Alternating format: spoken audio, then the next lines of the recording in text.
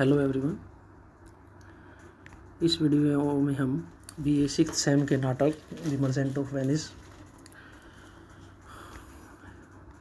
जो कि William Shakespeare के द्वारा लिखा गया है, इस नाटक के ओरिजिनल टेक्स्ट को ट्रांसलेट करने की कोशिश करेंगे। इसमें एक्ट 1 सीन सेकंड चला हुआ है। एक्ट 1 सीन सेकंड में दो कैरेक्टर इंट्रोड्यूस होते हैं हमारे सामने, Portia and the second one is नेरिसा। Portia मालकिन है, नेरिसा नौकरानी है। पोर्शिया से शादी करने के कुछ इच्छुक लोग वहाँ पर आए हुए हैं।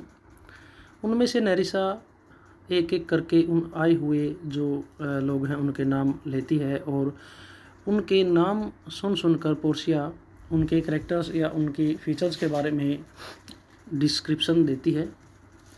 तो इसी डायलॉग के बीच में नेरिसा एक नया नाम लेती है जो कि पोर्शिया से शादी करने की इच्छा से वहाँ पर आया हुआ है। नेरिसा का डायलॉग है, how like you the young German the duke of Saxony's nephew. Nerissa ने कहा, आपके कैसे विचार हैं, कितना पसंद करते हो जो जर्मन से आया है लड़का, वो है duke of Saxony's nephew. Duke actual में एक पद है। ड्यूक ऑफ सैक्सनी, सैक्सनी के जो ड्यूक है उसका जो नेफ्यू है ये यहाँ पर आया हुआ है, तो उसे आप किस हद तक पसंद करते हो। Portia replies, very wildly in the morning, very wildly in the morning. सुबह के समय उसका हाल बहुत बुरा होता है। When he is sober, sober का मतलब without any drink, alcohol drink. जब उसने शराब पी नहीं होती सुबह के समय वह बुरे हाल में होता है। एंड मोस्ट वाइल्डली, सबसे बुरा हाल उसका कब होता है, इन द आफ्टरनून, दोपहर के समय होता है। कब, जब, व्हेन ही इज़ ड्रंक, जब वह शराब पी लेता है तो उसका सबसे बुरा हाल होता है। व्हेन ही इज़ बेस्ट, जब वह बिल्कुल अपनी उत्तम स्थिति में होता है। व्हेन ही इज़ बेस्ट, जब वह अपनी होशो हवास में होता है, जब वह अपनी उत्तम स्थिति में होता है। He is a little worse than a man, वह तब भी आदमी नहीं बन पाता। कहने का मतलब आदमी की जो फीचर्स को जो क्वालिटीज़ होती हैं वह उनसे कुछ ना कुछ कम ही रह जाता है। He is a little worse, वह थोड़ा सा बुरा ही होता है, देन ए मैन, एक आदमी की अपेक्षा। And when he is worst, और जब वह अपने सबसे बुरे हाल में होता है। He is little better than A beast, वह जानवर से ज़रा सा ही बेहतर होता है, यानी कि उसकी तुलना जानवरों के साथ की गई है कि वह पूर्णतः ठीक होने के बाद भी एक अच्छा या समझदार आदमी नहीं बन पाता। और जब उसके हालात बुरे होते हैं, after drinking, he is little better, वह ज़रा सा ही बेहतर है, देन ए बीस्ट, एक जंगली जानवर से। And the worst fall that ever fell, I hope I shall make shift to go without him.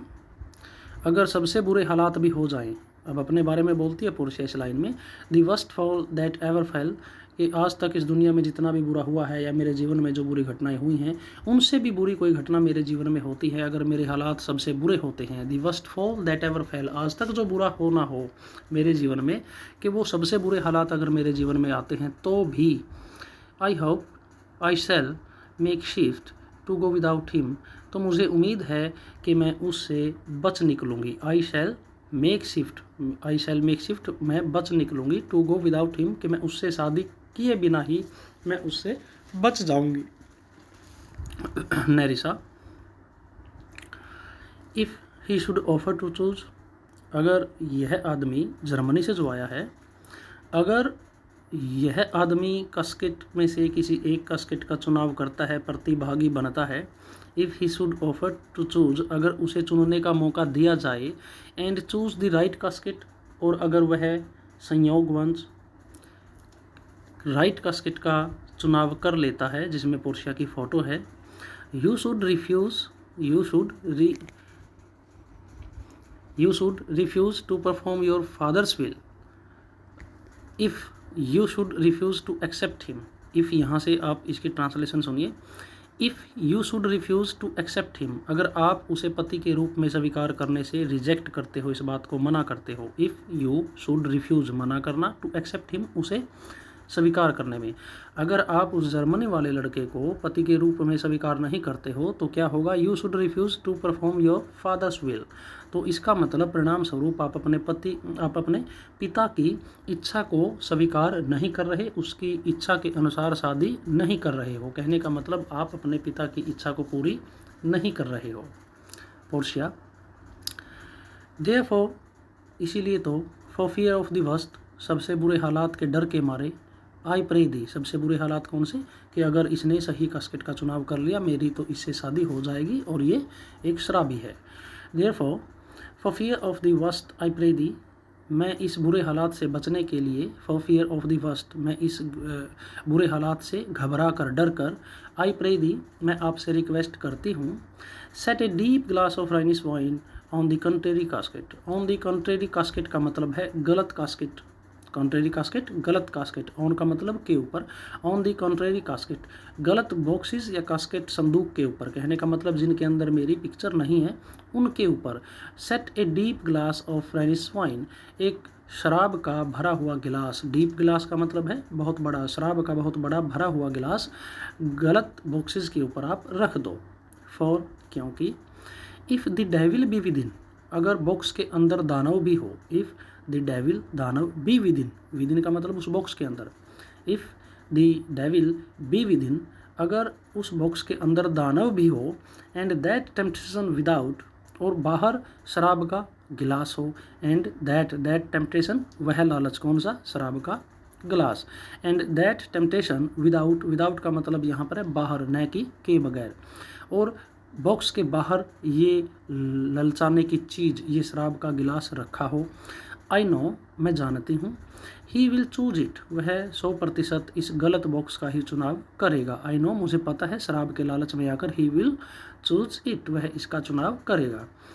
I will do anything, मैं कुछ भी कर दूंगी, आई विल डू एनीथिंग, मैं कुछ भी कर दूंगी। नेरिशा, अर का मतलब होता है बिफोर, मतलब से पहले, before I will be married to a sponge, कि मेरी शादी, आई विल बी मैरिड, मैं शादी करूं या मेरी शादी हो, टू ए स्पॉन्ज, स्पॉन्ज का मतलब शराबी, कि मेरी शादी किसी एक शराबी से हो, मैं एक शराबी से शादी करने से पहले आई विल डू एनीथिंग, कुछ भी करने के लिए तैयार हूं, यानी कि हर हाल में पोर्शिया इस शराबी से बचना चाहती है।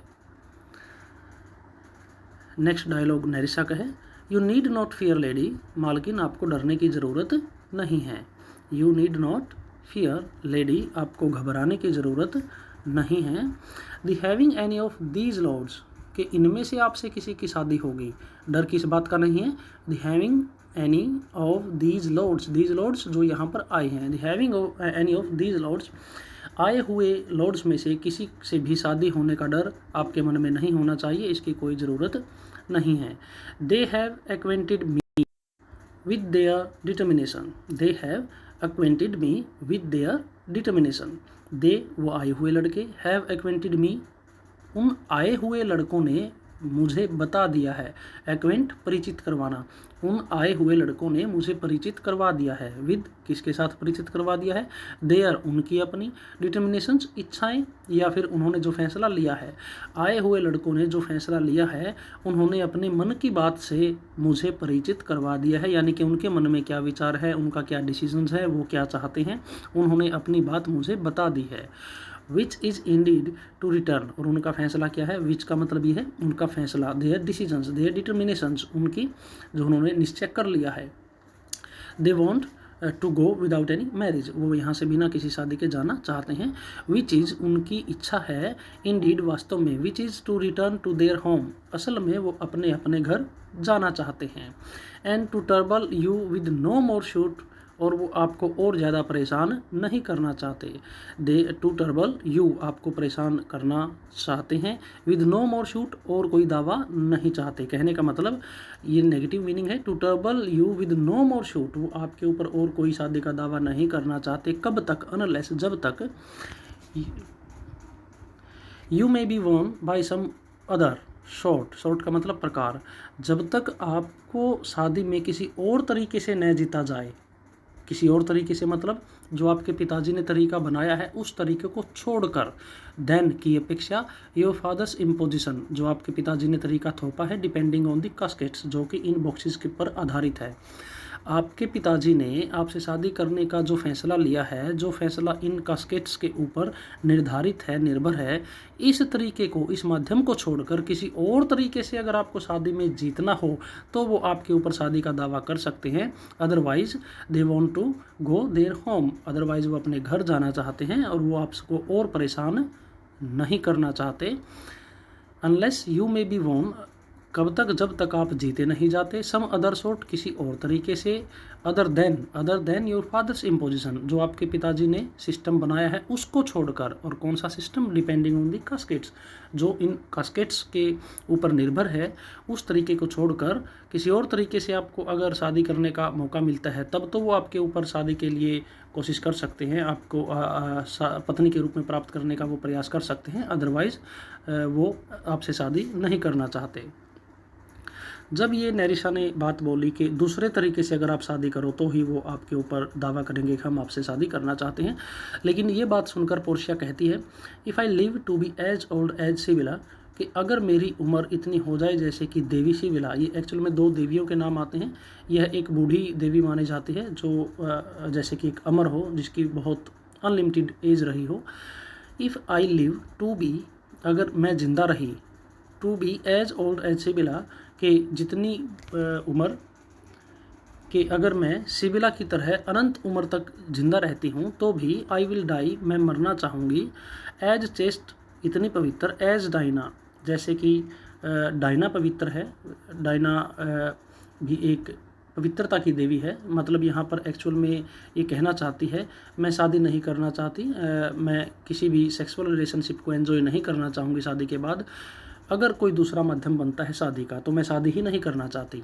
आई live to be as old as Sibylla, I will die as chaste as Diana, unless I be obtained by the manner of my father's will, कि अगर मुझे मेरे पिता के द्वारा जो सिस्टम बनाया गया है उस सिस्टम को छोड़कर अगर मुझे किसी दूसरे सिस्टम के द्वारा कोई हासिल करता है पत्नी के रूप में, तो ये बात मुझे स्वीकार नहीं है, क्योंकि मैं बेशक सिबिला जितनी बूढ़ी हो जाऊं तो भी मैं डायना की तरह पवित्र रहकर मरना पसंद करूंगी। अनलेस, पवित्र कब होगी? जब तक कि I be obtained by the manner of my father's will, कि अगर मुझे मेरे पिता के द्वारा जो सिस्टम बनाया गया है उस सिस्टम के तहत मुझे हासिल किया जाता है पत्नी के रूप में, तो मैं अपवित्र होना पसंद करूंगी। एक्चुअल में ये कहना चाहती है तो मैं सेक्स करना पसंद करूंगी।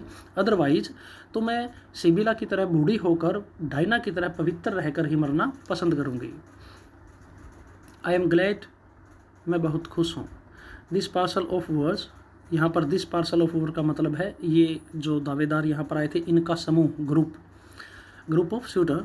आई am glad this parcel of words are so reasonable, ये बहुत समझदार है, बहुत तर्कशील है, अच्छे आदमी हैं। ये बात जानकर मुझे खुशी हुई। इसको खुशी क्यों मिली? क्योंकि इनमें से किसी से शादी करना नहीं चाहती और उनका फैसला नैरिशा ने इसको बता दिया कि वो अपने अपने घर जाना चाहते हैं, इसलिए उनकी तारीफ करती है। समझदार लोग हैं। For their is not one among them, क्योंकि इनमें से कोई ऐसा नहीं है। But I dot on his very absence, कि मैं जिसको यहाँ पर रोकना चाहूँ, डोट का मतलब है डिले करना, ऑन हिज वेरी एब्सेंस, उसकी अनुपस्थिति को रोकना चाहूँ। कहने का मतलब वो यहाँ पर प्रेजेंट रहे, मैं उसको यहाँ कुछ देर ठहराना चाहूँ, अपने पास महल में रखना चाहूँ या उसके साथ टाइम बिताना चाहूँ। कहने का मतलब किसी पर मेरा दिल आया हो, जो मेरी पसंद हो। इनमें से कोई भी एक ऐसा नहीं है। For their is not one, इनमें से एक भी नहीं है, अमंग देम, इनके बीच में से। But I dot on his very absence, कि मैं उसको जाने से रोक दूँ, इनमें से कोई भी एक भी ऐसा नहीं है। एंड आई प्रे गॉड, और मैं भगवान से रिक्वेस्ट या प्रार्थना करती हूँ, grant them a fair departure, के इन सब को एक अच्छी विदाई दे, इनको अच्छी यात्रा दे। Nerissa, do you not remember lady, क्या आपको याद नहीं है मालकिन? Do you not remember lady, क्या आपको याद नहीं है मालकिन? In your father's time, in your father's time का मतलब है जब आपके पिताजी जिंदा थे तब, अब तो वो एक्सपायर हो चुके हैं। इन योर फादर्स टाइम, आपके पिताजी के जीवन काल में, इवेंशन वेनिस शहर का, इवेंशन जो यहाँ पर है वेनिस शहर का नागरिक, इवेंसन, a scholar, a soldier, Venice शहर का एक नागरिक, एक विद्वान, एक सिपाही। दैट जो केम आया था, हिदर यहाँ, इन कंपनी के साथ में, of the Marquis of Montferrat, Marquis of Montferrat के साथ में, उसके साथ में यहाँ पर एक वेनिस शहर का नागरिक आया था। क्या आपको वो याद नहीं है? पोर्शिया, यस, हाँ, इट वॉज बसानियो, उसका नाम बसानियो था। As I think he was so called, जहाँ तक मुझे याद है लोग उसे इसी नाम से पुकारते थे। जितना मैं याद कर पा रही हूँ उसके हिसाब से शायद वह बसानियो था। यहाँ से पता चलता है पोर्शिया उसका नाम तक नहीं जानती, या कह लो उसे कन्फर्म नहीं उसका क्या नाम था। तो दोनों के बीच में प्यार होना तो यहाँ पर हम असंभव ही कहेंगे या मुश्किल कहेंगे कि दोनों के बीच में कोई डीप लव या ट्रू लव जैसा रिलेशनशिप है, ऐसा नहीं है। नेरिसा, ट्रू, हाँ ये सच है madam. He of all the man that ever my foolish eyes looked upon, उन सभी आदमियों में से जितनी मेरी इन मूर्ख आँखों ने इस धरती पर आदमी देखे हैं, उन आदमियों के बीच में से। सेंटेंस यहाँ से जोड़िए। ही वॉज द बेस्ट, वह सबसे बेहतरीन है। डिजर्विंग ए फेयर लेडी, एक खूबसूरत लड़की को पत्नी के रूप में प्राप्त करने के लिए वह सबसे उपयुक्त है। He was the best deserving a fair lady, यानी कि एक खूबसूरत लड़की से शादी करने का सबसे ज़्यादा हकदार वही है। किन में से सबसे ज़्यादा? ऑफ ऑल द मैन, उन सभी आदमियों में से। That ever my foolish eyes, that उनमें से, माई फूलिश आइज मेरी मूर्ख आँखों ने, दैट एवर जो अब तक, लुक्ड अपॉन मेरी बूढ़ी आँखों ने, मेरी मूर्ख आँखों ने आज तक दुनिया में जितने भी आदमी देखे हैं, उन सभी आदमियों में से ही वॉज द बेस्ट, वह सबसे बेहतरीन आदमी है। Portia, I remember him well, हाँ मुझे वह अच्छी तरह से याद है। And I remember him worthy of thy praise, और मैं ये भी समझती हूँ, मुझे याद है कि वह जो आपने अभी तारीफ़ की है वह सबसे बेहतर है, वो इस तारीफ़ के लायक भी है। मतलब he is worthy of thy praise, आपने जो प्रशंसा की है वह इस प्रशंसा के लायक भी है। जैसे ही डायलॉग बोलती है तो enter a serving man, serving man का मतलब नौकर।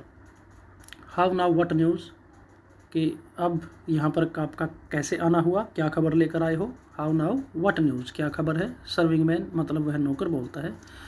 दी 4 स्ट्रेंजर्स सीक फॉर यू, जो 4 अजनबी लोग आए थे आपसे शादी करने के लिए, वो आपकी तलाश कर रहे हैं, वो आपसे मिलना चाहते हैं। मैडम मालकिन, टू टेक देयर लीव, क्योंकि वो अब यहाँ से जाना चाहते हैं, आपकी अनुमति लेकर वो यहाँ से जाना चाहते हैं, इसलिए वो आपसे मिलना चाहते हैं। And there is a forerunner, forerunner का मतलब होता है संदेशवाहक। कौन सा संदेशवाहक? जब बड़े राजा या सामंत पुराने समय में जब राजघराने होते थे, तब अगर कोई राजा किसी दूसरे स्टेट में जाता है, किसी शहर में जाता है, तो वह अपने जाने से पहले अपने किसी नौकर को भेजता है, और वहाँ के जो राजा होते थे उसको सूचना मिलती थी कि उस स्टेट का राजा मेरे यहाँ आने वाला है, ताकि वह उसके स्वागत के लिए अपनी तैयारियाँ कर सके। जैसे अगर इंडिया के प्रधानमंत्री हरियाणा में या फिर पंजाब में या गुजरात में जाना चाहते हैं, तो सबसे पहले नोटिस राज्यपाल को, उस स्टेट के राज्यपाल को और वहाँ के मुख्यमंत्री को नोटिस दे दिया जाएगा।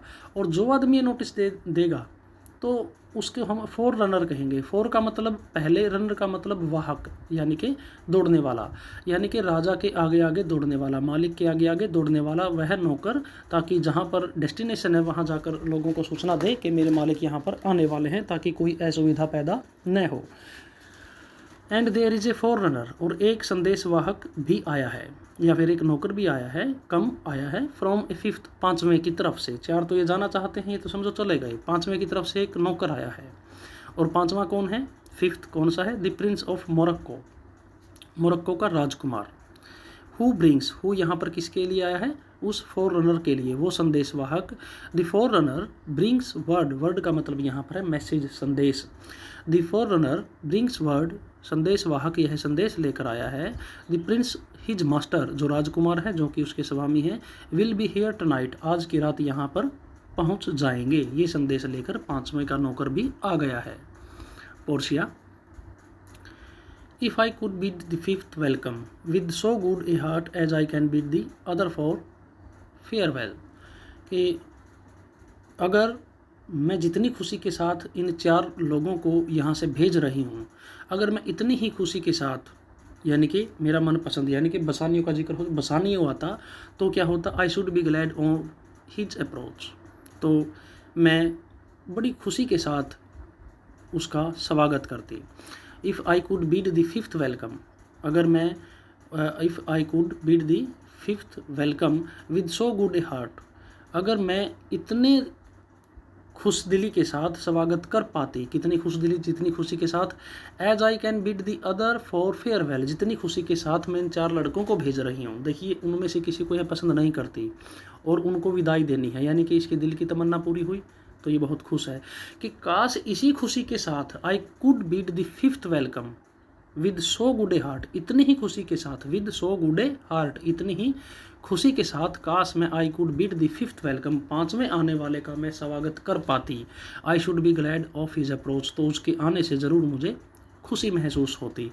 कहने का मतलब कोई मेरा मन पसंद आया होता, लेकिन कौन आया है, प्रिंस ऑफ मोरक्को आया है और ये उससे शादी करना नहीं चाहती। If he have the condition of a saint, condition का मतलब यहाँ पर है बिहेवियर, बिहेव, व्यवहार। If he have the condition of a saint, अगर इस आने वाले लड़के का, प्रिंस ऑफ मोरक्को का व्यवहार संत जैसा हो, यानी कि सद्व्यवहार हो, अच्छा व्यवहार हो, गुणों से भरपूर हो।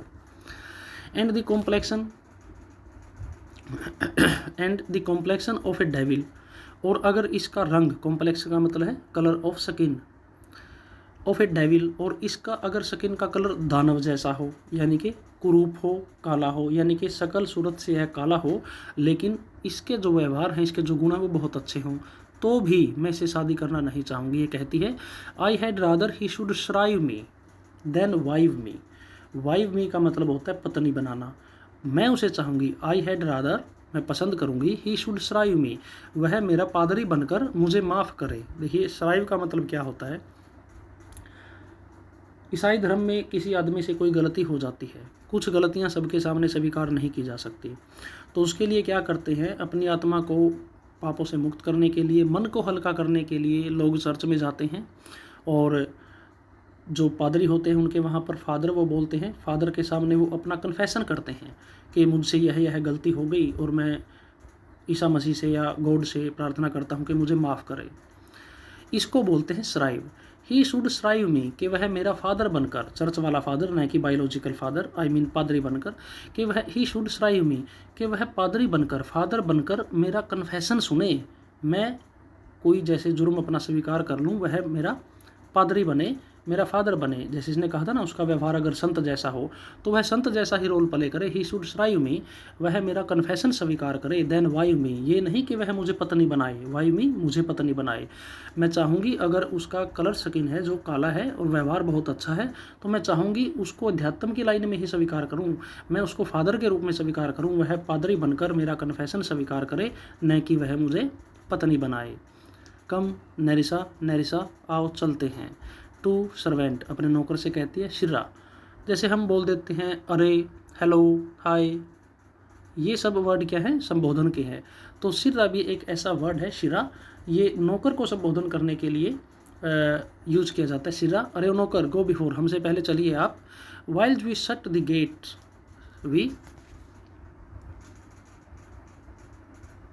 वाइल, जब, वी शट द गेट, हम दरवाजे को बंद करते हैं, अपॉन वन वूवर, एक जो दावेदार है शादी का, उसके जाने के बाद, अनदर, दूसरा दावेदार, नॉक्स एट द डोर, चला आता है। कहने का मतलब एक जाता नहीं, दूसरा दावेदार चला आता है। और एक्सेंट का मतलब है पोर्शिया एंड नेरिसा सीन से निकल जाते हैं, वो बाहर चले जाते हैं। यहाँ से आपका सीन ये ख़त्म होता है। नेक्स्ट वीडियो में हम नेक्स्ट सीन को कंप्लीट करने की कोशिश करेंगे। Thank you everyone.